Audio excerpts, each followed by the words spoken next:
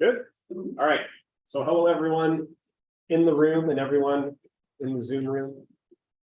Today, for our Friday noon talk, we have the great pleasure of introducing Haley Patrick. Haley has been my own camera. Haley's been a member of the MPU since 2016. She did her bachelor's degree at UBC, came here for grad school, did MSc, PhD, just defended 3 weeks ago. And before she leaves us, she's going to give us a talk on how she got to her residency. So please, all yours. All right, sounds good. I realize I probably should also share my screen so everybody else can see partly for this thing. All right, all good for the Zoom, folks? Good. All right, so I will start this off by saying this is going to be a little bit more casual of a presentation. And it's very much going to be a mix of the advice I got over the course of my residency application journey, as well as my general experiences. So please, if there's any point in time during this presentation where you want to chime in with a question, feel free to interrupt me.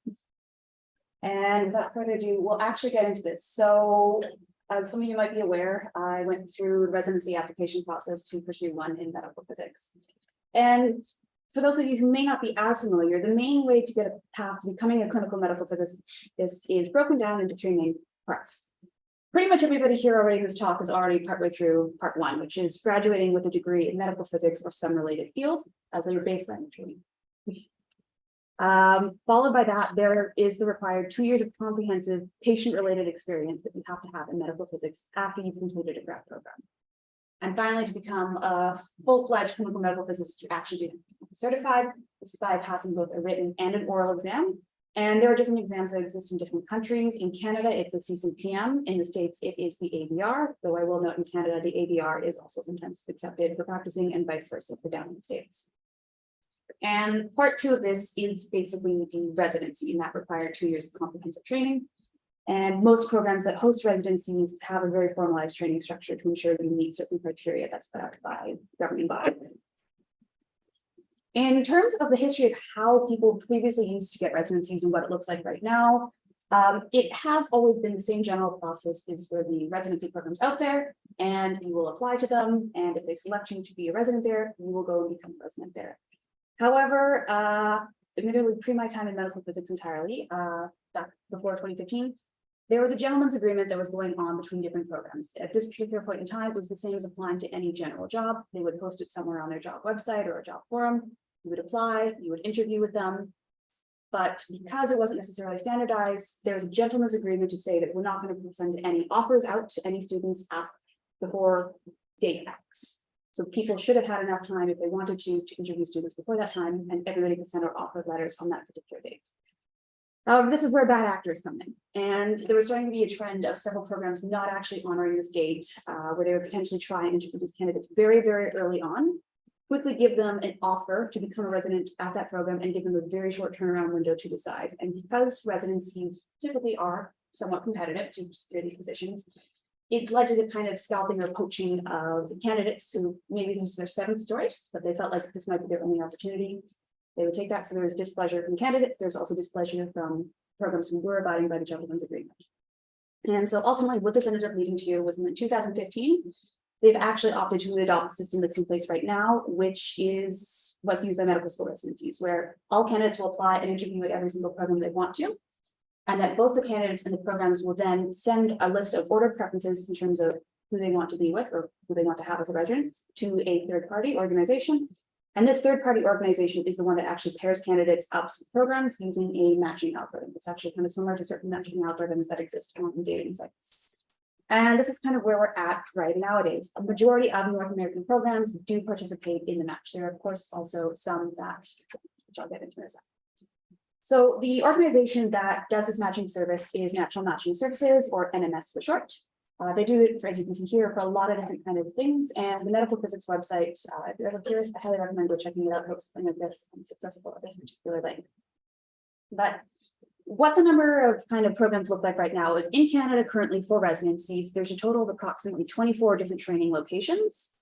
13 of these locations are enrolled in the match and 11 are enrolled outside of the match. This is based on my best kind of researching of this particular information. And it spreads pretty much all across Canada. And for the American programs, there's approximately 95 to the best of my knowledge, basically almost all exclusively in the match. If you happen to be specifically interested in doing imaging residency, though, these tend to be a little bit less provided than, say, therapy residencies. So in total, there's only 2 in Canada, one offered in Edmonton, and then one offered at UC Cancer Vancouver, that's more nuclear medicine focused. And then there's a total of 38 in the States that are imaging focused. I will quickly kind of say specifically a little bit about Quebec is that Quebec residencies are somewhat unique. So how they basically work is that McGill is actually running these residency programs at multiple different satellite hospitals all around Quebec. So yes, while it's run by Horatio and Will primarily from here as the heads, there can be residents as far as Chicoutimi or something. There's actually sometimes residents as well that are down in Albany, New York, who's another spoke location. And in terms of how most of these positions they look for residents, it's not a constant, there's X number of residency slots every single year. It's much more, a center recognizes they're going to need a medical physicist either now or in the coming 2 years. And they will recruit a resident basically to fill that job slot and get them on the job training. They come in more of a junior physicist than they do a resident, and they have a lot more job security at that particular site going forwards afterwards. One other quick thing I will say is that when people start talking about residencies and matching with resident programs, they often tend to use terms like on cycle or off cycle. On cycle really just kind of refers to how residency interviewings and the timelines line up with the typical medical physics match process. Typically you're applying in the winter and then you have some kind of summer start date, versus off cycle is any residency really with an alternate start date and potentially an alternate interviewing timeline. The most common one I tend to see for this is a January start date, which happens, at least in my experience, with a couple of different programs that occur in Ontario. So with that kind of out of the way, for those of you who are interested in doing the residency, where the heck do you start with this? And the first thing I do want to kind of bring up is what the on-cycle timeline looks like, and at least in my particular experience. So when I was starting to do this process around this time last year, this was the point in time where I started realizing you do have to start doing a little bit of program research and trying to attend different information sessions in the summer. This is where you're kind of gathering everything you need to do, because up until the summer and then October is when the match registration actually starts to open. And then you only have a couple of months then to get your application package together and start applying to programs. The earliest application dates for my year was, the deadline was December 1st, and the latest I saw for any programs that I was interested in whatsoever was about January 10th-ish. So everything is very kind of heavily concentrated around finals time / holiday time. And then once all these applications are in and they've had a chance to review, January and February are very dominated by the interviewing particular point in time, where if you've been kind of filtered through your application, and if your application is interesting, they're going to start interviewing with you. And then finally in March, this is when the opportunity to submit your list of order preferences, your ranking process happens. This is where you're going to be wrapping up your final potential couple of handful of interviews and deciding which programs you think you like the most would be the best fit for you. Those have to be locked in by a certain deadline. This year it was March 21st. And then approximately a week, 2 weeks after you lock in these deadlines, they tell you whether or not you've matched, and if you matched, where you happen to be going to. And one other kind of quick digression on this is not also going to be the only thing that's going to be happening to you in this particular year. Most likely you're also wrapping up a degree. So if you're a PhD like me, you might have this concurrent timeline also happening as well, where you might be trying to finalize your research as you're doing all of your final research on these programs. You're going to have to start writing your thesis sometime in the fall, just pre-winter area. And then by early spring, really submitting. I will say I was a little bit close to the wire for comfort. I submitted basically right around when match day happened to occur. And in order to get the timeline specifically for a PhD in place and conclude everything, my defense, which happened like 2 weeks ago, is kind of the last potentially comfortable date you would want to have that. So I would argue submitting early March of your PhD is kind of a good call to go for this, just to minimize stress for yourself and also any programs you're trying to join with. And for MSCs, mainly because it is potentially possible to get everything wrapped up within 4 weeks / a month compared to a month and a half for a PhD is the minimum time span. I would say trying to aim to submit your thesis by late April is probably where you should aim to go to have a comfortable timeline for yourself in terms of wrapping up. But okay, so for the rest of this presentation, I will basically kind of go through each individual step of this process, tell you what I've been told over the past couple of years, and as well as my particular experiences with them. And so with the first little bit, which is actually trying to go about researching residencies, because you're not actually going to be able to decide if you want to go to a residency or which residency for you without knowing what the heck they're all about. And in this particular stage, I really recommend you try and do 3 separate things.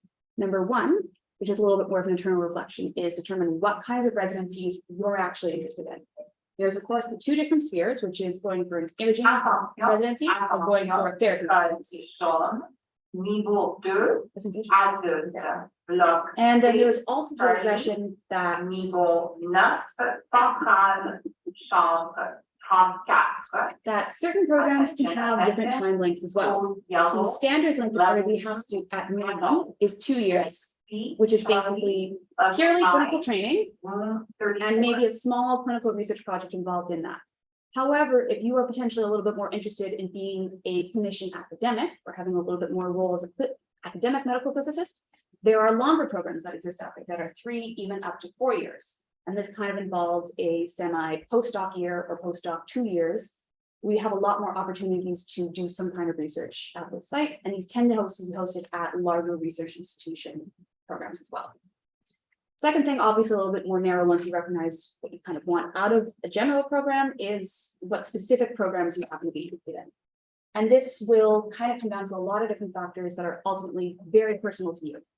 Certain things that most people do kind of point to in terms of what they're picking certain locations for is going to be like the available technology at that center. Let's say you're really interested in protons or you're really interested in MR Linux. You might be looking or thinking more seriously about certain programs with that.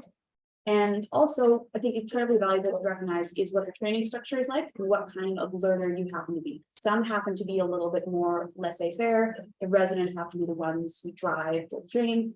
Other ones tend to be very kind of rigid and regimented and not necessarily hand-holding, but checklisting you a lot more along the way. And there's also factors too, location, the prestige, anything else that you might potentially feel valuable. And overall, at the end of this particular process, when you're done researching, you really should try and aim to have some kind of rough list of where you want to potentially apply. This doesn't have to be where you actually end up applying to, where you're matching to either, but it's good to have a sense, a short list of at least what you think are the ones that are going to be the best suited for you. And in terms of how you can actually go about researching programs, there's a lot of different resources out there. Obviously, we are all aware of the internet and the ability to use websites. So there's plenty of different places where you can kind of find what programs are participating in the match or offering residencies every single year. The medical physics match website is obviously a great one to go to. If you're more interested in seeing just what all residency programs happen to be out there in general, those offering residencies this current year and those just offer in some years. The CampUp website and the list of accredited residency programs is also a great place to check out everything available, including ones that are not participating in the match.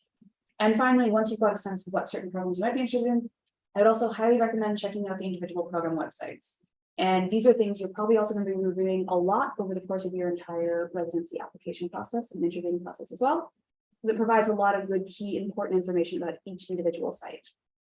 I will also say that kind of beyond this as well, though, really recommend taking advantage of certain talks and events that are going to be happening around you. And even if you're not necessarily going to be planning to apply to residencies next year, if you find certain opportunities like this and you think you might want to be a clinical medical physicist in the future, I still highly recommend checking these out. One great one that I was not aware of until I showed up at AAPM last year, and I think this is a really great opportunity, is the AAPM's STSC, which is basically their trainee council. They have been offering some residency fairs. And so at AAPM, they typically offer it in person at July's AAPM meeting.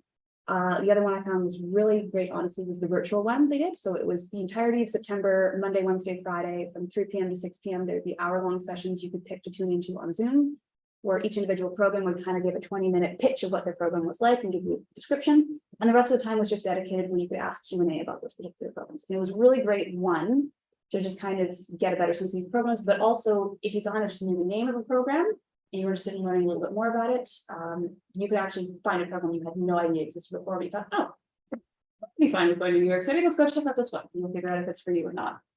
One other thing too that through my friends who are in Comp Student Council is that they are going to try and attempt to perform a Canadian residency exclusive fair at this year's comp meeting. I know it's still particularly in planning, but hopefully that does end up happening. And if it does, really encourage you guys to look for it in your emails to try and register if that's something you're interested in. And one other, Sorry, Yeah. Haley, I'm just going to jump in there on that as well. So we have started hearing back from residency programs and have gotten interest in participating. So I think that'll probably pan out. Okay, oh, that's awesome. Thanks, Morgan. There's my contact. And then the other thing too is if there's any kind of comp or APM professional development talks, if you happen to be registered as a member of these and you're getting emails for things like Comp Career Catalyst, or you're going to a conference and they're having certain talks in terms of professional development for trainees, I really recommend actually at least skimming through the email, figuring out if it might be relevant to you in your future career. I know we get a lot of these emails, but check them. Sometimes they're valuable. And highly recommend trying to attend if you have the time and you think it will be valuable to you. Because chances are you will get something out of it. This talk in particular at the top, I went back on my notes script multiple times, prepping things for my application. So with all that being said. And then finally, there are a lot of student-run resources out there as well. I think the most infamous and people, once they try and get into the depths of the match application process, is the quote-unquote spreadsheet, which is this absolutely filled to the brim every single year spreadsheet that has literally every program that's participating in the match. It has crowdsourcing the students, figuring out what dates they're sending out invitations for interviews, as well as a lot of just point in times to ask questions or provide information to one another going on, as well as just good support in general. Going back to both of you on this side. There's also other things. Oh my God. No, Microsoft stop.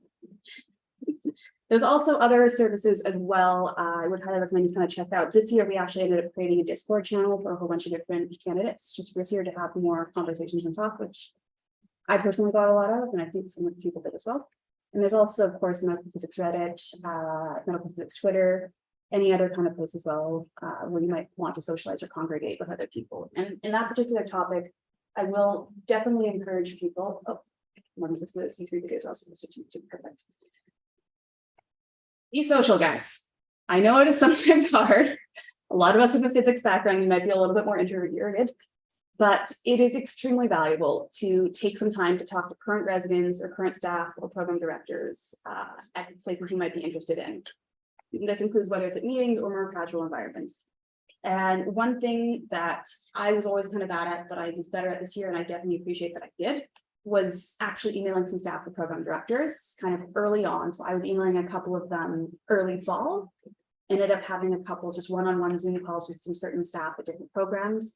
And honestly, those conversations were very eye-opening to me in terms of how transparent they were in terms of things they liked about their program, things that they thought could be improved, or they recognized maybe a program they worked at before, a training program they participated in, what they liked more about that. It was great for having that particular feedback going on.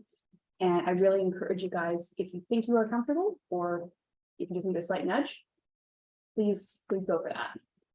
And the other thing too, I will definitely say is, especially for me being one of the few people and kind of feeling a little isolated, being the only person from McGill really applying this year, connecting with other students during the application process from other sites, it is great to have friends in this particular process. And the kind of connections you forge, like I have become very tight with some people from Western and U of T because of this. So with that said, kind of the researching process, of course, there is then going to be the actual application. And what I will say about these applications is, I would argue they really count for a lot. I think they're one of the most important parts of the match process. So I, with a couple other people who did the match this year, did a survey of all the participants in the match, and we asked them some couple different questions. And one thing we basically asked them is, how many programs did you apply to? And then how many programs actually invited you for interviews at? And that way we could calculate their interview invitation rate. And what we saw was that there was a very clear kind of separation between unmatched and matched candidates in terms of what their invitation rates to interview were. You can see the matched candidates median was about 65% of the places they applied to asking for interviews. Unmatched candidates was only about 18%. So clearly there was something to do with the quality and the contents of the application packages that really make a difference and help you get past that first hurdle in this process. So it's a huge thing to really take seriously. And in terms of what a good application should contain, it should, number one, of course, highlight who you happen to be and who you are. You're not just numbers, you are yourself, and being personable is a huge asset there. You also need to explain why you would be a great medical physicist and why you want to be a great medical physicist. And then you need to back these statements up and hopefully show what you've done to potentially support this information. There's also great value in being able to demonstrate you have an understanding of the programs you're applying to and the actual responsibilities as a medical physicist as well. you don't seem to necessarily have that awareness, they might not necessarily question if you will be ready initially. And in terms of what the application process is, it's typically two different corners. There's either being sent directly to programs by email or through something called the MPU system. So sending applications directly to programs is typically what's done within Canada. So these are where you're going to be directly emailing everything to these program directors, including some form of center-specific cover letter. So it's going to have to be very personalized in terms of the personal statement you're sending to them. And then typically all they ask for is send all your files as a single PDF document by email. The one other thing I will also say for this process is definitely check the websites for what every single program wants for this, because some of them ask you to fill out additional checklist documents to make sure you have everything in your application package and add that as well. And others might have certain criteria for personal statements or something else they want you to state, like clear disclosure of what your citizenship status is. So you want to make sure you're covering all your bases specifically with what they want. The MPRAP system is specifically an application system that's been developed by the APM, so the American Association of Physicists in Medicine. And it's mainly been created so applicants can create one general application package that can be submitted to all programs, preventing you from having to make, say you're applying to 30 different programs, 30 cover letters. Great savings in terms of that, in terms of your time for the preparations. It does come with a little bit of a catch though. One, your application is going to be general, and two, the fact that these applications can only be submitted to programs by spending tokens, which you have to buy on the MPRAP website for $100 USD per 10. And you can only buy them currently still right now in batches of 10. So I will say most commonly for most people who are submitting or applying exclusively on the States, on average, they tend to buy about 20 tokens and then they'll cash in or submit to somewhere in that range is what they're typically going for.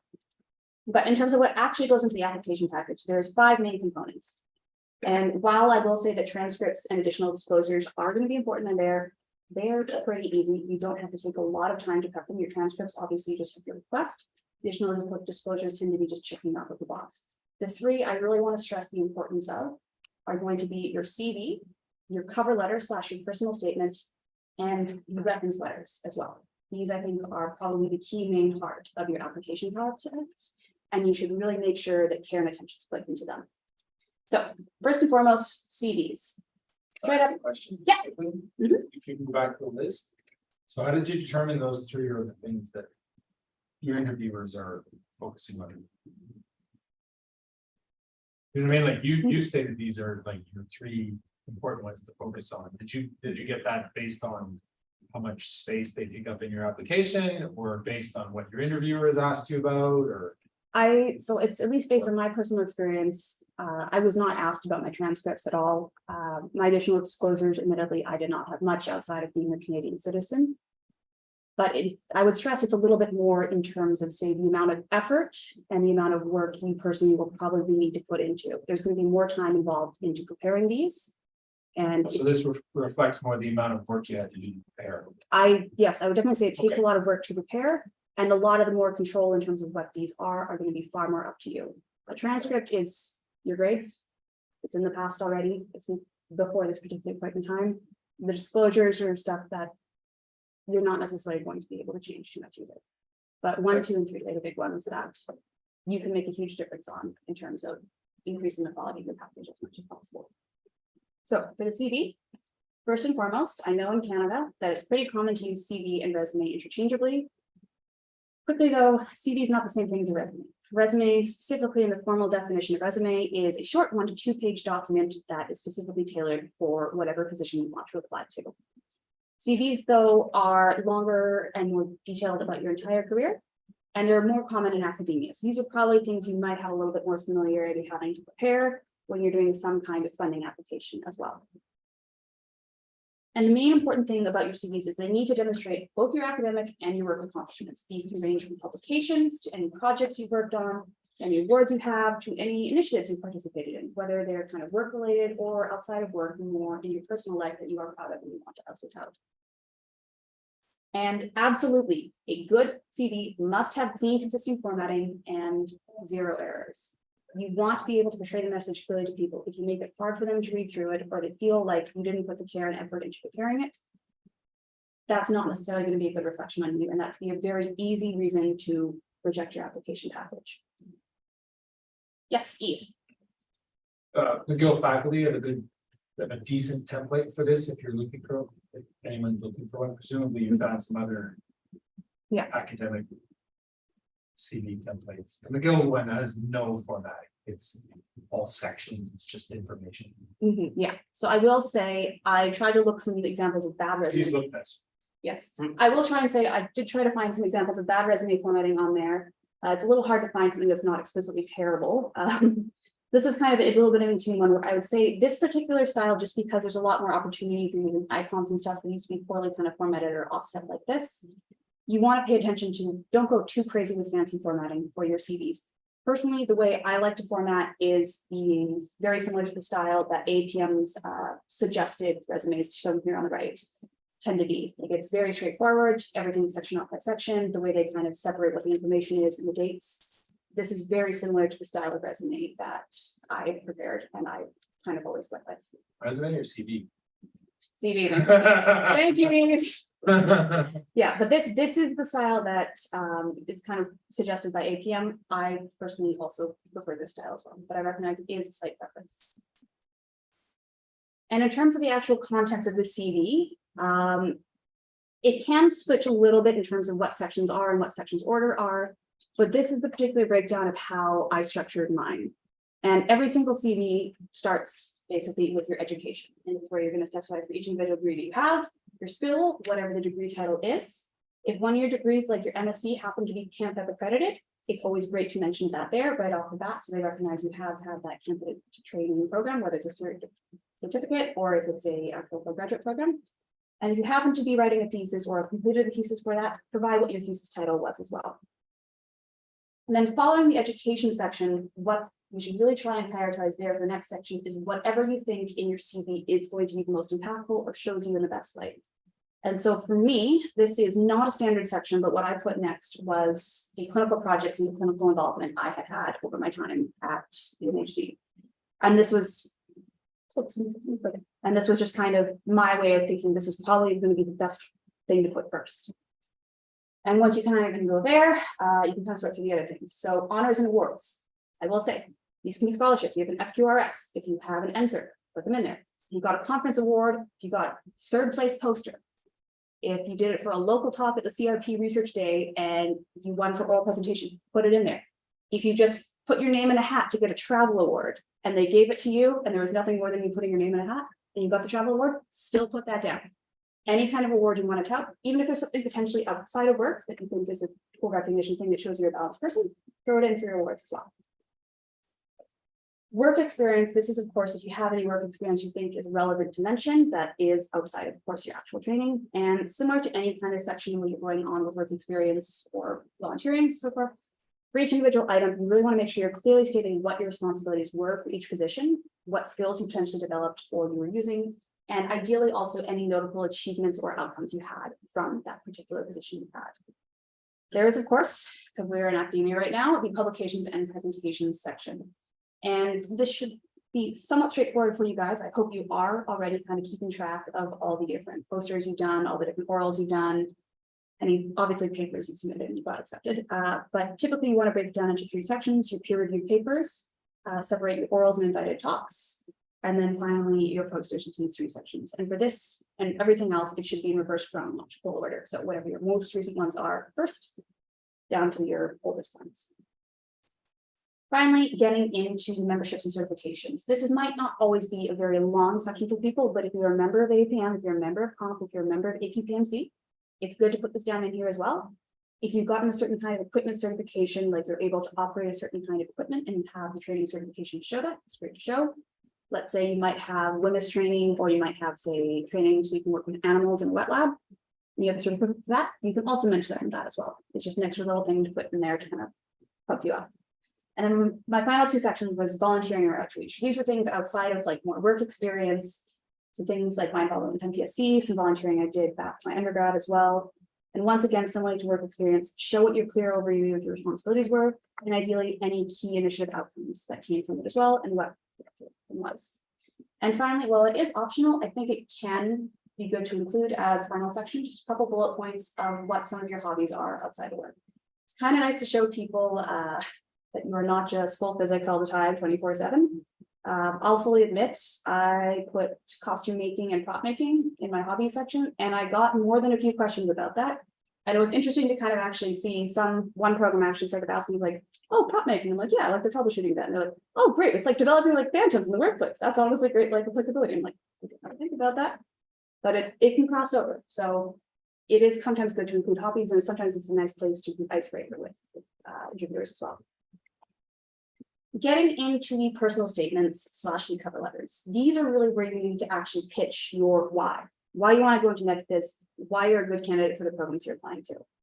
And I do recognize that in the term personal statement, and as well for cover letters as well, they are personal, and the exact structure and the tone will vary between people. If you've ever read examples of personal statements or cover letters online, you might find that some of the wordings that are in those examples might feel a little bit corny to you, or others might feel a little bit too formal to you. Recognize that you have your own preferred writing voice, and do not try and fully adjust yourself to match what you think other people want. Try and go for a professional tone, but use a voice that feels authentic to you. So in terms of the two different ones, the personal statement is that general one that is required by MPRAP. So you need to make a statement that is going to apply across the board to all programs you plan to actually submit an application to.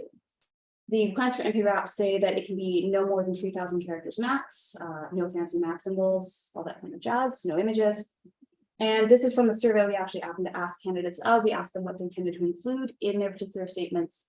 And what I will kind of say is the successful candidates generally managed to always make sure that they covered how they found medical physics as a particular career, and specifically much more commonly than unmatched candidates, why they wanted to do medical physics as a career and why they were passionate about it as a career. And then across the board, a little bit more balanced, but I think it's still good to mention any kind of clinical or research experience you happen to have, any soft skills or career ambitions, and anything to kind of back up and show that how your past will support what you want to do in your future. One other thing I definitely will also say with your personal statement, same with the CV, is make sure it is clean, make sure there's no errors, make sure your message is clear. This is similar to your CV. You want to make sure that you have friends look it over, and you want to have friends who will give you honest feedback and tell you straight up, this reads well, this doesn't read well, I feel so pumped up about you after reading this, or I feel like you're over pumping yourself, you might not be pumping yourself up enough. You need to figure out that you have a good and satisfying package. And if you're potentially going to be applying through MPRAP as well as individually to programs, I would really recommend trying to sort out this personal statement first, because it's a really great starting point for if you're ever going to have to be doing some cover letters. So these you might have learned a little bit more about in, say, high school, how to become an adult training. I feel like a lot of our schools tend to give us to. But this cover letter is a one-page document, one page, you cannot go over one page, that's going to be addressing the residency director directly, and it's going to be highlighting yourself as a candidate to them. These, because they're tailored to each individual program, should demonstrate a clear understanding of what this program's interests and what their values are, and provide with them a clear reason why you specifically want to work there. Don't make it too general.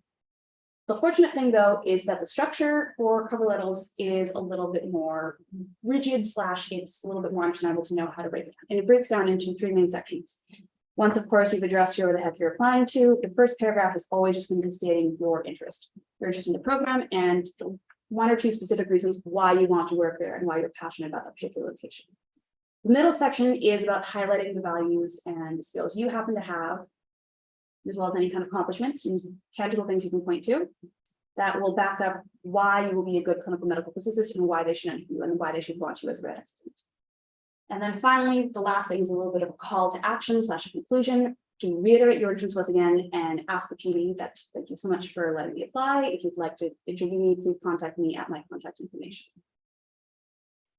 I will say my particular strategy of how I approach these cover letters is basically I had 3 main body paragraphs that I would rotate through depending on the programs I was applying to. So I had each paragraph was dedicated to a certain competency theme I thought would be of value to programs. So I had one that was more research focused. I had one with clinical involvement focus, and I had one with more local, but not necessarily clinical involvement, things like outreach with MPSC and stuff. And depending on what values I recognized and I thought the program would appreciate the most based on researching them on their websites and attending residency fairs, I would pick the 2 paragraphs I thought they would be the most interested in, I put them in, and if I needed to do some minor adjustments, I would adjust them for each individual program. And then for the first and last paragraphs, I would fully customize them for each individual program. But I would use the same basic kind of template in mind in terms of the structure I would go with. So the first paragraph, specifically why I'm interested in your program. provide one or two specific examples in terms of why I wanted to be there. So for instance, this particular example one here, which was Tom Baker Cancer Center, one of the main reasons I highlighted was this very unique opportunity at Tom Baker this year. They are about to open a new center come the fall. And so I recognize that that is a huge opportunity to learn a lot about bringing a new center up and running, commissioning, and all the kind of growing pains that go with that. And that's something that basically no other center in all of North America has going for them this particular year. And then for the last paragraph, I typically tried to link whatever my main career ambitions were to the values of the program. I did not fudge what my career ambitions were so that they align with the values, but I would try and find some kind of link between the two of them. And then also the polite, thank you for your consideration, please reach out to me, all that kind of stuff that has to be in every single cover letter. So final thing that I really want you guys to focus on doing your best to tailor as much as possible is your reference letters. And these referees that you're going to pick have to be people who can evaluate you on a professional level and are going to be confident that they can provide you a strong letter of recommendation. And whenever you approach somebody to be a referee, it's very good to ask them, do you feel comfortable and do you think that you can provide a strong letter of recommendation to me? If they say no, they're not comfortable, or no, they're not sure, that is okay. And you've moved down your list in terms of finding a referee, but not, you ideally want that strong letter. You don't want a half-hearted letter going with this. And for the application process, pretty much universally, I saw that 3 reference letters were typically required. Number 1 is basically non-negotiable almost, is your supervisor. If you don't have your supervisor as a reference, there are going to be some red flags, and you provide a pretty dang good reason why your supervisor is not a reference. And then the other 2 are any kind of collaborators who can speak to your skills that you think, once again, would be able to provide you a strong letter of recommendation. And ideally, I would recommend to try and select some people who can speak to different areas of your involvement. So for example, for my 3 references, John, of course, my supervisor, was my first one. And then Eve happened to be my second one, who could speak a little bit more to my involvement in the MPU as a whole and certain student initiatives. And then finally, I had one of our collaborators, Dr. Hammy, speak to me as a little bit of a clinical perspective as working with me as a trainee. And that's one thing where I recognize not necessarily everybody might have interacted with clinical staff members in some capacity. But if you do happen to have a good interaction and good relationship with one of those people, it can be a good thing to include as a reference, just because it provides that outside of medical physics perspective in terms of how you will work in a workplace with people. Also, ask for your references early. If you want your referee to write you a good letter, you need to give them the time. I would say you need to make sure you would give them 1 month before whatever the heck your first application deadline is to make sure they have the time to write it. I know it's not going to take them 1 month solid to write it, but they have a lot else on their plate and you want to make sure they have the adequate time to do it. So really, if you're going on the on-cycle timeline, you need to start asking people if they're comfortable being your references by no later than mid-October and have them lock in and commit by the end of October. So they have that full month in November to have the time to write. Additionally, make it as easy as possible for them. You should provide them with a CV or at least a draft of your CV at the time you've asked and they've confirmed. And also ideally a document that just summarizes what your involvement or what you've done together. For me, this kind of broke down to coming up with a bullet point list, which is like, hey, thank you so much. To hopefully make it easier for you, here's a list of things that I remember us doing together that you can use to help prompt your memory in terms of what you want to do. And I would list whatever I actually thought they could speak to. I didn't tell them to speak to anything, but here, this is for your reference. It's helpful for you. And as well, for whatever the systems you are going to be having these referees send letters to, it's always going to be appreciated to give them with a clear timeline in terms of when your submissions are going to be happening and instructions on how these letters are to be submitted. And throughout, for instance, you might be telling them that you'll be getting an email from this particular service. For directly to Canadian programs, it will depend program to program. Sometimes they will reach out. Other times they're just asked to email directly to the program's contact email. But it's nice to provide them also with those clear instructions as well, so they're not kind of confused with the aspect. Regarding the other additional things and the ones I would still say they do have value and they are important, but I think in terms of the time and effort, yes, Eve? I know I'm annoying. No, please. Can you go back to reference letters? Yeah. So a month is good, I think, for most people. The other thing that you may want to do is when you start thinking about it, approach them and start talking about it. You may not want to set the deadline then. You may not want to give them all the tasks at that point. But if you say, oh, I'd like a letter by mid-October, it gives whoever you're asking a chance to say something like, I teach 2 courses in the fall, so I'd really like to get this done before classes start. Or something of the kind. You all have experience asking for reference letters, of course. Some people, if you're gonna give them 2 months and they're gonna do it the night before. Others, when it's the first reference letter, you kind of write a draft a couple of weeks in advance, you let it sit and stew, come back to it 2 weeks later and go, oh yeah, okay, this is fine, and you wrap it up. But yeah, that month can be also the month in which that prof takes 3 weeks vacation. Which will make it virtually impossible for letter writing, so it is good to check as soon as you've thought of them. Yeah, If you think of someone for a reference letter, say, hey, would you write a reference letter for me? I know it's 6 months in advance, I'll come back to you when it makes sense. it's a good point to also check and confirm that. Sorry, Yeah, just to reiterate what Eve said in case it didn't get picked up on mic, it's you make a very good point that checking to make sure the timeline and the time they have on their hands is. going to yeah, be enough for them what to take competing it. interests they may have. Yeah, Oh, I'm going to 2 conferences in a row and I'll be gone that entire month. It's kind of too late to hear about that. yes, Before the deadline. exactly. Yeah. So it needs to be early, guys.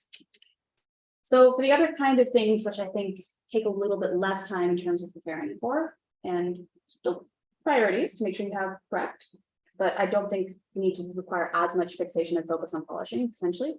For instance, transcripts, ideally what you want to have is scans of whatever your official transcripts happen to be for both your undergrad and graduate programs as well. So bachelor's all the way up to your PhD.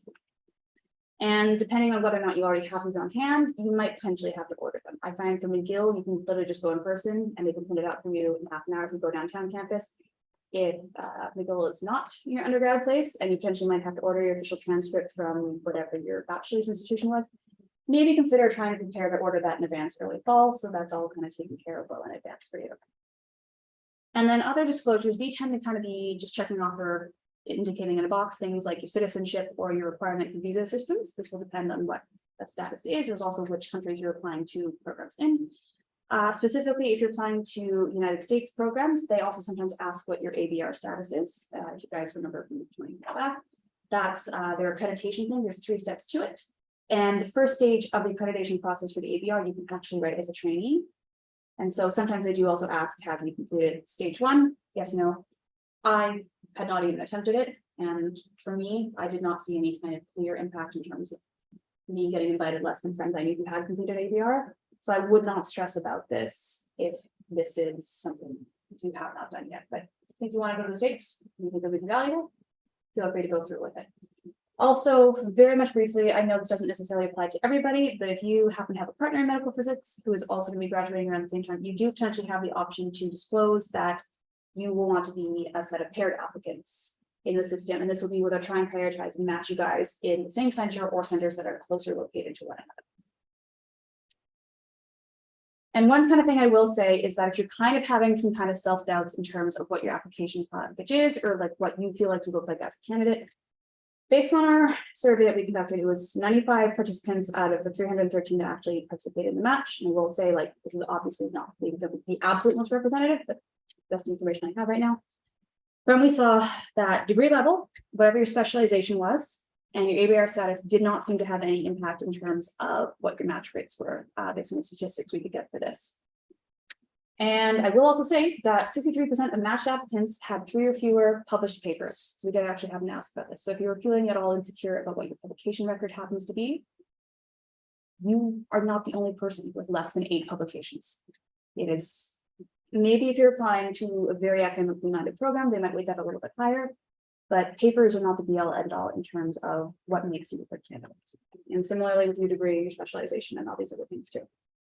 At the end of the day, it was that interview invitation success rate. So the overall quality of your application package was what we saw was the clearest predictor of match success. So that's where I would really stress for those 3 components, your CV, your personal statement / cover letters, and finding your references. Really make sure you take the time to ensure that those are the highest quality you can get. Because ultimately, I think those are probably some of the most important things for you to actually kind of reach the stage of interviewing and have the best chances of matching.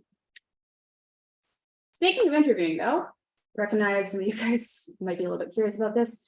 One thing I will start off with is saying that interviews are for two parties. They are not just for the programs. Yes, the program wants to confirm and elaborate on the details of your application package. They want to see how you think and how you behave in professional settings, and want to see if your goals and personality will fit in with their work culture. But it's also for you. You get to meet the faculty and the current residents, and you get to figure out if their program structure or if their work culture is for you. I will outright say there are certain programs that I did interview with that I just did not vibe with. And that is fine, and it's important to recognize that, because you want to ultimately, if you're going to place for 2 to 4 years, you want to be happy there. You don't want to be miserable. So you really want to make sure that you are going to flourish, and the center ideally also wants to know that you will have a good likelihood of helping to contribute to improve the center. So in terms of what the interview structure looked like for us in 2023 this year, it was basically all exclusively virtual. There was a handful of exceptions where we heard certain sites were offering the option to do an in-person interview, but pretty much every single program was using Zoom or Teams or WebEx. One used Skype for Business, which has been defunct for 3 years, which I found was funny. But yeah, basically it's been virtual. I think there's been a little bit of talk, maybe a couple more in-person interviews going forward for 2024. Not sure yet, and that's not going to be really found out until next year. And in terms of the structure of how these interviews work, it can be either a single or a 2-round structure. Single round is basically where they're going to narrow down their finalist candidates purely based on your application packages, and then they're going to go through your in-depth reviews from there. The 2-round structure, which is a little bit more common, particularly in the States, is where they'll kind of do the first coming through the application packages, and then invite interviewees for a very short interview, just to kind of get to meet them, see if they vibe with them. And then from there, they can identify their top candidates that they'll then invite for the more in-depth interviews. And in the topic of interview lengths, the initial invitations for interviews tended to be in the 10 to 30-minute category. Those kind of get to know you, get past the first round kind of things. But for the final or the single interviews, these are the ones that have the most variable length and time. Shorter ones were on the range of an hour, and then certain ones in the States up to 8+ hours at the end of the day. So like a full day interview. On average, though, I would say that half days were the most common, and from the feedback we were kind of getting, as well as casually talking between applicants, half days were kind of the happy medium that we were all kind of fine with doing.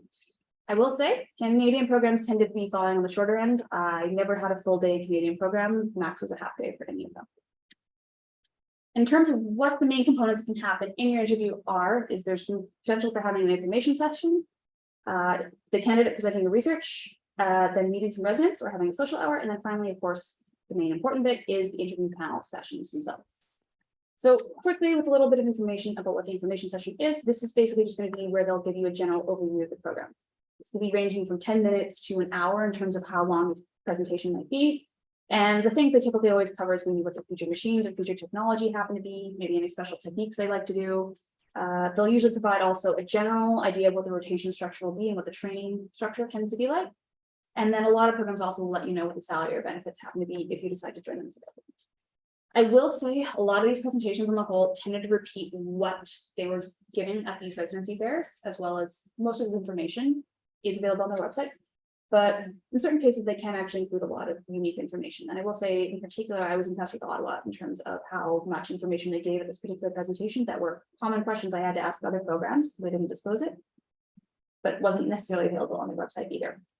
So one thing I will definitely say about this information session, you might be thinking, okay, well, if they're going to tell me all this, I don't need to look it up ahead of time.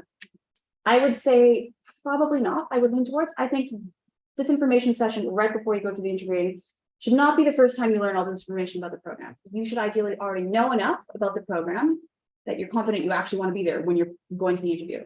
If anything, use this presentation to kind of confirm what your research on the program happens to be. Maybe their website was out of date and this is the most up-to-date information.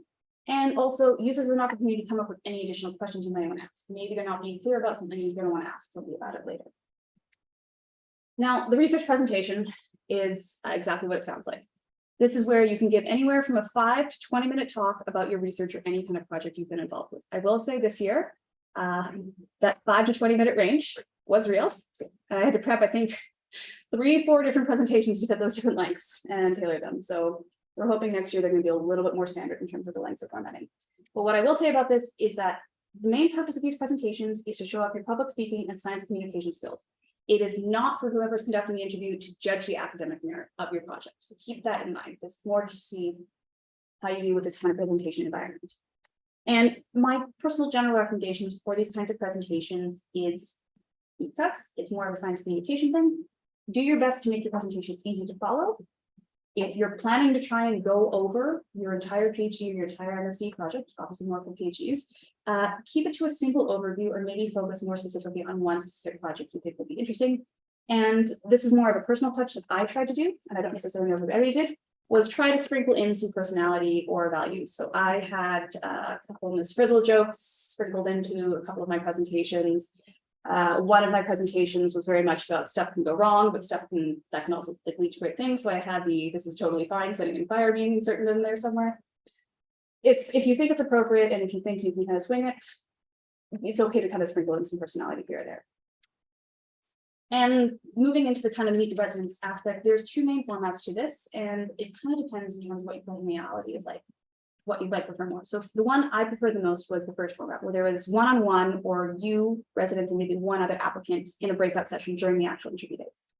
These tended to be shorter, maybe 20 minutes, half an hour, and a little bit more intimate and informal. And I personally like these a lot because I feel a lot more comfortable asking more specific personal interest questions, or questions where it's you don't necessarily want all the other applicants to hear you asking them because it's a little bit more of that intimate environment. However, the other format is having a large group session with all other candidates. Typically, this would happen in evening, either before the interview day or the evening after the entire interviews happen. And what this usually winds up being is it's the residents of the program who agree to show up, and then anywhere from 5 to 20 applicants to that particular program. And because there's a whole whack of applicants and typically only a couple of residents, it tends to become a little bit more of a panel format of a Zoom call. So organic conversations don't necessarily happen as much. But I will say, especially if there are people who are very confident in terms of just asking whatever they want, it can be a really great opportunity to learn things that you wouldn't even consider asking about, but after the fact, you really appreciate that person asking it in that particular room. So there's pros and cons to both, but definitely take advantage of these Meet the Resident sessions to ask the questions that you probably know that the program director will be putting a positive spin on. Obviously, don't ask them how much do you hate it here, but you can ask what the workload is like, or what is your work-life balance like potentially, and you can probably get a good sense of it based on their answers. And then finally, of course, the actual meat of this, which is the actual interview panels themselves. So my typical experience with the panel composition having to be is that these panels, we're going to be interviewing you to be anywhere from 1 to 6 members sitting on an interview panel. And these panels basically always have a medical physicist, or comprise mostly medical physicists, but occasionally you might have some radiation oncologist on there, you might have some therapists or dosimetrists, and then occasionally there might be residents. I had both medical physics residents as well as like oncology residents as well on some of these panels too. And the general format for the most part, it will depend, but if these tend to be multiple panels for the same program, you'll tend to spend about 15 to 20 minutes with an individual panel where they'll ask you around 3 to 5 questions. And they try and budget in this particular time span about 3 to 5 minutes at the end, so you can actually ask questions to that panel members themselves. And what I will say about the interview questions themselves is that there seems to be a movement going on right now towards having more standardized interviews.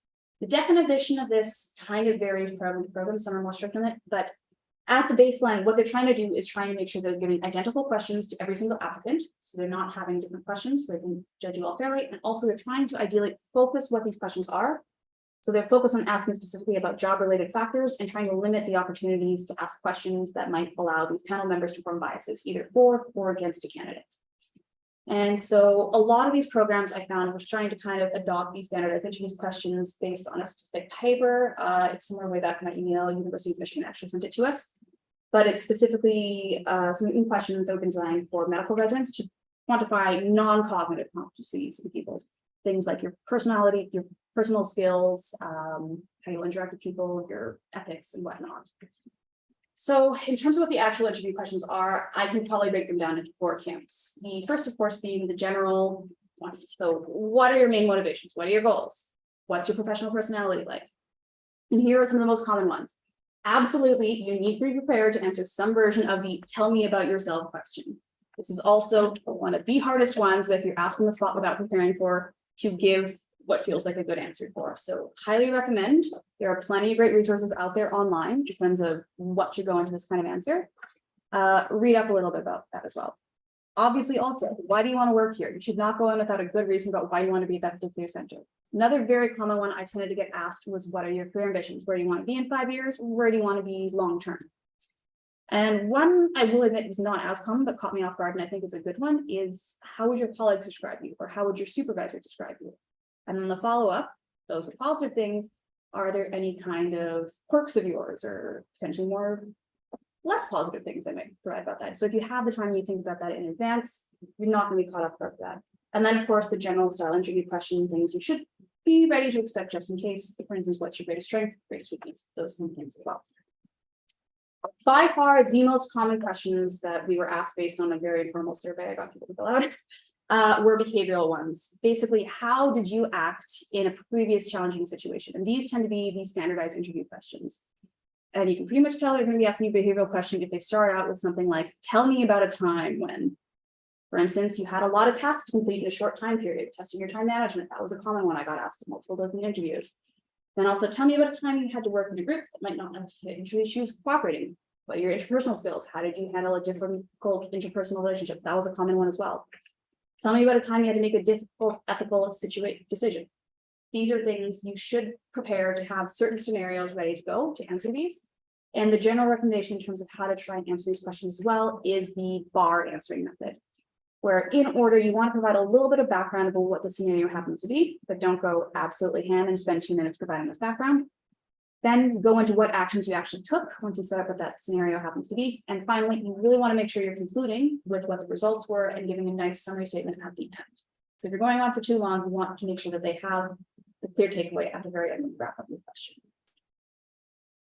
Slightly less popular is situational questions. This is basically where they're going to be asking and seeing how you'd react in a hypothetical scenario. These tend to be a little bit more like, here's potential clinical situation. What if you do a Linux output measurement and you find it's off by 5%? What do you do? What if you review a plan and you find that there's a small mistake happening in it? Once again, you can kind of follow the bar method in terms of how you potentially go about doing this. Oh, Eva's out of hand? Oh, no. No, Okay. sorry. Okay. And the one thing I definitely will say about these questions is they will tend to press you or give you extra context on your answer as you go. So it becomes multi-step. And they're really, at the end of the day, trying to see your thought process when you're stuck in a challenging situation. What's your first instincts? Do you go for help, or when do you go for help, or when do you think it's appropriate to ask for help? Are you willing to kind of admit that you're not sure about what to do in the situation? That's those kind of things. And finally, of course, the technical questions. These were only happening in about half of all interviews from what I figure out by asking other people. This is, of course, just what's your baseline knowledge of medical physics. And so these boil down to a couple common things that you can really get. I would say the Podgorsak book that's being used, at least back in my day, for the radiation dosimetry class. It's one of the main textbooks. You can pretty much review everything you need from that particular book, but these are things like asking you to draw the 6MD P/D curve and explain the components. What happens if I change this? What happens if I change that? Explain how a LINAC works. Explain cavity theory. How do you measure or calculate dose? Basically, how do you go from kerma to deposited dose in a medium? And the general thing I would definitely recommend that you go for these is, even if you're not 100% confident in this answer, be honest in terms of fessing up that you're a little bit rusty on that, but still try your best to answer that and go through the actual thought process and talk out loud in terms of how you would try and reach the answer. Once again, this is kind of seeing how you think through things. And also, it's valuable for them to see that you are honest and recognize where you need to brush up and where you're very confident. Worst thing to potentially do in these situations, and anecdotally talking to Horatio about this, is just a candidate shutting down and just not answering whatsoever. That is going to leave a far poorer impression than you trying your best, admitting this is the best answer I can come up with. I know it's probably not fully correct, but here's my best guess right now, and I recognize it's okay. Keep that in mind. If you're ever given a difficult question, try your best, and you're trying your best. And one thing I will definitely say about interviews is practice. Practice, practice, practice. Going into and before you start getting into the interviews themselves, you need to make sure you actually reflect on your life and make a list of those past situations for those behavioral questions, as well as potentially just anything else that might come up, so you can pull them up as an example. You will also want to create a list of talking points for the types of general questions, like tell me about yourself, tell me about your research, use that and but therefore statement, or have a good elevator pitch ready to go, specifically for tell me about your research. Have one for scientists / medical physicists, and have one for the general public, because different programs will ask you for general people and others will ask you for medical physics. Know, or at least have some kind of answer for what your 5-year plan happens to be as well. That's pretty common. And a huge thing I also say is do not script your answers out. point form notes is what I would really recommend you guys have for these, because at the end of the day, you do not want to come across as a robot. These particular kind of interactions where arguably, even if you're trying to remove all the personality and stuff in between and going here, they want to make sure that they're going to get a good sense of who you are as a person, because they're going to have to work with you for 2+ years. And the final thing I would definitely say is practice your interview questions out loud, and ideally at least once or twice, do a mock interview session with somebody you trust. This is because ideally when you're talking out loud, you will get a good sense of what a 1 to 2 minute answer happens to feel like. And this is kind of the ballpark you want to try and approximately keep your answers in timeline wise, so you're not going too short and you're not rambling on for 5 minutes. Also good when you're practicing out loud, get used to ending your answers with a clear summary or takeaway statement. And the more you're practicing this, the more it's going to be kind of natural for you to do this. As well as if you're doing some mock interview sessions with your friends, you can actually get used to interacting in a virtual interview session as well. You'll feel more comfortable on the actual day. I will fully admit that my first couple of interviews, I was stupidly stressed about them. And then come my last couple of interviews in March, I was a lot calmer because I had done that close to a dozen times coming up to this as well. So you will get more confident interviewing, and ideally before you have that first official interview, get some of those initial nerves out with somebody you trust with that and practice enough so you're going in not at peak nervousness. And finally, for the actual big interview day, just a couple tips for this. Of course, dress professionally, and best thing most, try and find a clean and quiet room to interview in for your side. I will say anecdotally through the grapevine for Residency match this year, we did hear of a friend who was not brought onto the second round of interviewing because he was wearing a polo, not a dress shirt, and the program he was interviewing with didn't think it was respectful that he was not dressed as professionally as they wanted him to be. So as Andre always used to like to say about conferences, when in doubt, just be the asshole in a suit. Also, try and make sure that your face is well lit, and definitely make sure that your camera and audio is working. You can pre-test this beforehand, and if you don't say have a next ring light or anything, I fully just added a sheet of paper around a very harsh desk lamp. The desk is a nice feel. The desk is a nice kind of diffuser, so you get soft light going on your face, but you're also still well lit. So life hack in that regard for Zoom meetings and looking for fun there. Also, be on time, if not early. I very much live my life as been brought up that 5 minutes early is on time, and I think that is definitely a way to approach going to interviews. You do not want to be showing up 10 minutes late for these. Also, going in with some research in the program, bare minimum, go in with a clear reason in terms of why you apply to the program. Chances are they're going to ask you that, and try and have a collection of questions to ask them at the end of the interview. These might be specific to the program that's come up with when you've actually researched them. And the more interviews you go on, you will probably end up coming with a couple of default questions you can ask any programs. For instance, one of my defaults that I asked a lot were, how's your program evolved in the last 5 years? And I could get a sense in terms of what they thought was things that had to change, and as well as get a sense of what they thought changes residents would appreciate work. And it was interesting to see what different programs said. Some just said they had better documentation. Others said there was an overhaul of rotation XYZ, to switch it from this to this, and they gave you reasons in terms of that. So you can get a sense in terms of how open to feedback they happen to be for that particular aspect. And finally, as much as it might sound hard to do your best to be yourself. Definitely be honest and do your best to relax. So the final and kind of the shortest section of this particular thing is actually just talking about the ranking process itself. The hard part is going to be done by the time you've done all of your application processes and the interviews. And this is just when you have to narrow down your list and figure out your order. And straight up from experience this year, no one is 100% confident and just walks out knowing what their list of like their top 10 is in perfect order right off the bat. There is going to be hemming and hawing from everybody. And the best recommendation I can give to you to help yourself go through this process is try and take notes as you go. And try and pay attention when you're talking to people, both in your interview capacities as well as when you're talking to other candidates as well. Ask the other residents or the other applicants about the programs. Maybe you have a friend who had a weird experience with one of the people there, and you didn't have a weird experience, but it throws you off a little bit. Definitely also write down your impressions immediately after each interview. I know at the end of the day, especially if it's an 8-hour interview, you just might want to shut your brain off and go home and watch Netflix, because dear God, I did. But bare minimum, make sure you jot down some of your key impressions from the overall day, because a month and a half later, when you're trying to submit your ranking list, it's nice to kind of remember your general impressions after all the interviews start to bleed together. And of course, it's going to be personal in terms of what factors you value the most, but definitely consider things like the atmosphere and the people in the clinic. Think about the residency duration and the level of academic focus, and if that's what you want out of it. Location and technology. Those are also going to be things you might necessarily care about as well. If it's close to family, if it's far from family, I recognize that can be something valuable to people. as well as any unique or special opportunities. Are they going to be doing any commissioning? Are they bringing in new machines? Do they have a specific aspect of training that not many other programs have? For instance, some programs allow you to do an international rotation where they'll send you to a lower income country to see how radiotherapy treatments happen there. So you need to balance what you think is valuable for you in terms of that. And straight up, it is okay not to rank a program that you interviewed with. If you got bad vibes from them and you don't think you would absolutely be happy working there 2 years, you don't have to rank them. Because worst case scenario, you rank them, you could match with them and be stuck with them. Because when you join the match, you basically are signing a contract to say that if you match, you're going there. So you're committing yourself if you're adding them to the right list. There is the opportunity, you might be committing yourself.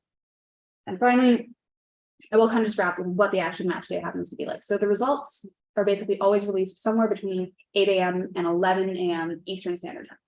This year, emails were sent out about 8:30 a.m. for us. How it works, basically, they'll email you saying your match results are on the website, and you actually specifically have to log into the website to see what the heck your result happens to be.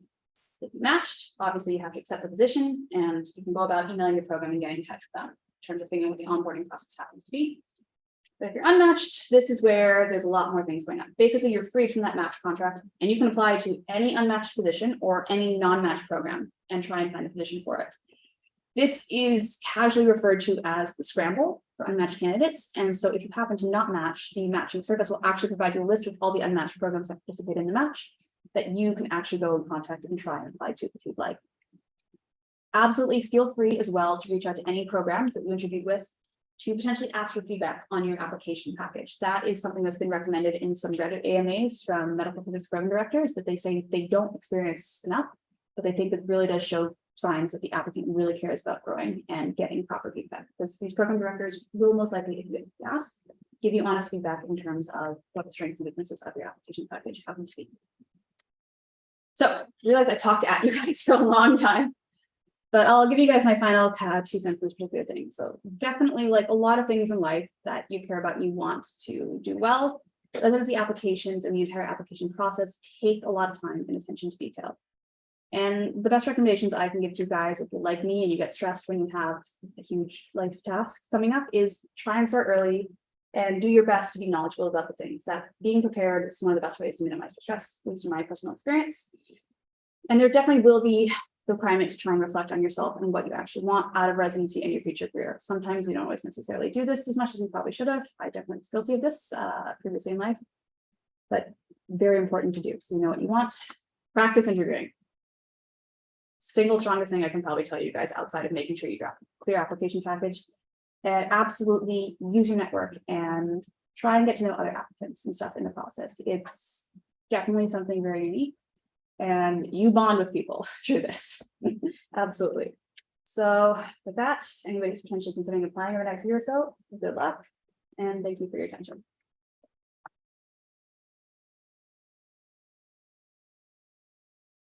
Hey, thank you, Haley. So that was a very thorough and complete guide to how to apply to residency. I'm sure that's super helpful for people who want to do a residency in the near future. These questions for Haley. Yeah, hit me guys. Yeah, Morgan? Hi, Haley. Thanks so much for that presentation. That's definitely super helpful for people who are at the end of their PhD. My question was related to the situational questions for the interview process. So I know for a lot of people in the MPU, or at least some people, their projects aren't necessarily clinical. So you don't have a lot of familiarity with clinical workflow or what the best practice is in terms of dealing with a problem in the clinic. So I guess I was curious if you have any thoughts or tips on preparing for those situational questions, if you just honestly do not know what the best practice is, or yeah. I guess I'll leave it there. There's always going to be a certain level of common sense to those potential answers. I think is if you absolutely know nothing and they give you that one particular thing and they give you a situation that sounds kind of dangerous, I feel like in most cases going to 100 in terms of the responses. So for example, that by the output is off by 5%. Example here, the going to 100 is going to immediately shut down the machine and say no more treatment strength. Versus what would maybe be a little bit more of a double check. Maybe you would rerun your measurements, make sure you did them properly and triple check and make sure this is actually true. Would you then also go back and maybe review some of the past data, see if it was trending this way? Would you then ask somebody else to double check this with you? Would you consult with somebody to make sure? It's always going to be a gradual thing, and they're going to be prompting you along the way. And typically they're going to be either giving you feedback in terms of you're going the right route, or shutting you down and challenging you even more. And they'll kind of just eventually end those questions at a certain point where they're kind of satisfied to see how your thought process works through this. I would say, like, there's no clearly wrong answers. I feel like it's worse if you double down on one thing and if they continue to prompt you, that you just continue to say this. But I think in terms of actually preparing for them, and if you're not necessarily on a clinical project, you're not familiar with certain things like this, definitely rereading through your radiation dosimetry notes from the MSc, if you happen to have taken your MSc here, or whatever the similar complementary course happens to be. Most of the kind of like TG limits that would kind of come up in these potential questions, or kind of scenarios that might kind of give you a sense of how big an issue this could eventually be in the clinic, you can probably get by reviewing through those notes. And that's definitely something I did, is reviewing some of my past course notes over the Christmas break was something I did take some time to do.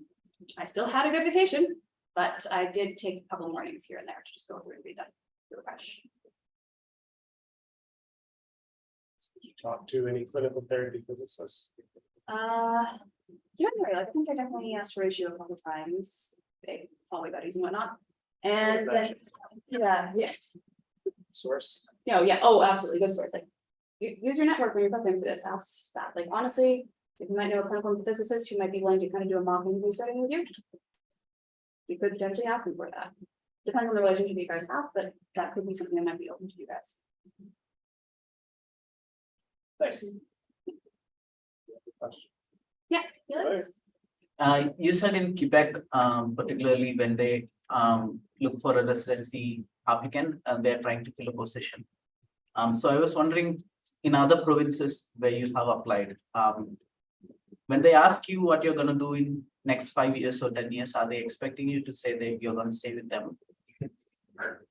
My approach to that is to not make it sound like I'm assuming they're going to hire me on. My answer to the 5-year plan was, obviously I want to finish the residency and I want to be practicing as a clinical medical physicist. Whether or not it's at this center or another one, I know the job market varies. It's the end of the day, because it's just like where you go very much depends on what positions are available when you graduate. And that was the approach I basically said. I might potentially hint at the fact that I would be happy to stay on, but I recognize that might not be within capacity. I think that is arguably I think that's a fair way to kind of approach it, in terms of like, I'd probably like to stay on based on what I know about you guys, but I'm totally fine with looking elsewhere, and I totally expect I might have to look elsewhere. So that's a reasonable answer to that. Thanks. Anyone else? Honestly, you guys, no questions, a stupid question with this. Can I ask one more? Yeah, go ahead, Felix. So in this slide, the behavioral questions you showed. Honestly, I was not sure if I could find an instance in my an example from my academic life that I can use to answer one of these questions. So if I have nothing, then how should I answer this? Do you think you might have something from your personal life? Maybe. Like it's sometimes you'll have them from then. I'm trying to think, like one of my situations where stuff went wrong was like when I was in co-op in undergrad, where I broke a microscope, and it was just me walking through how I basically test up to a mistake. I let people know and kind of showing like I have this track record. If I mess something up, I own up to it and try and solve the problem / notify the proper authorities as fast as possible. Like that was, and it's, dear God, that's like 2 years ago. Oh my God. Yeah. So you can go back in your catalog, and you don't necessarily have to do something from when you're in medical physics. Maybe a difficult ethical decision or group cooperation has to do with like an intramural team you're on. It's, if anything, they just want to see how you deal with a similar-ish situation. And you might not have a perfect picture perfect one to that, but try and find something in your past that can somewhat at least fit into that particular question. Chances are they will tend to ask about that. And it doesn't have to be the most complex thing. You do not have to solve like world conquest issues, whatnot, like model units, you don't have to do them, but they like to know these things. And thought about this. Thanks. Feel like you're prepared, once you're done your residency, for job interviews now? A little bit more honestly, like it's, It sounds like this is pretty rigorous, so. Once you've made this far, you're probably gonna be okay. hopefully, yeah. Yes, I mean, it's. I'm not overconfident as a person, I will say, so. Probably is the honestly the answer, but I'm really overhyping, heck yeah, yeah. But I think definitely I'm a better interviewer than I was 6 months ago. All right, I saw people out in the hallway, so I think we have to get out of the way. I'm really. But thank you very much for your talk. Okay. Thanks everyone for being here.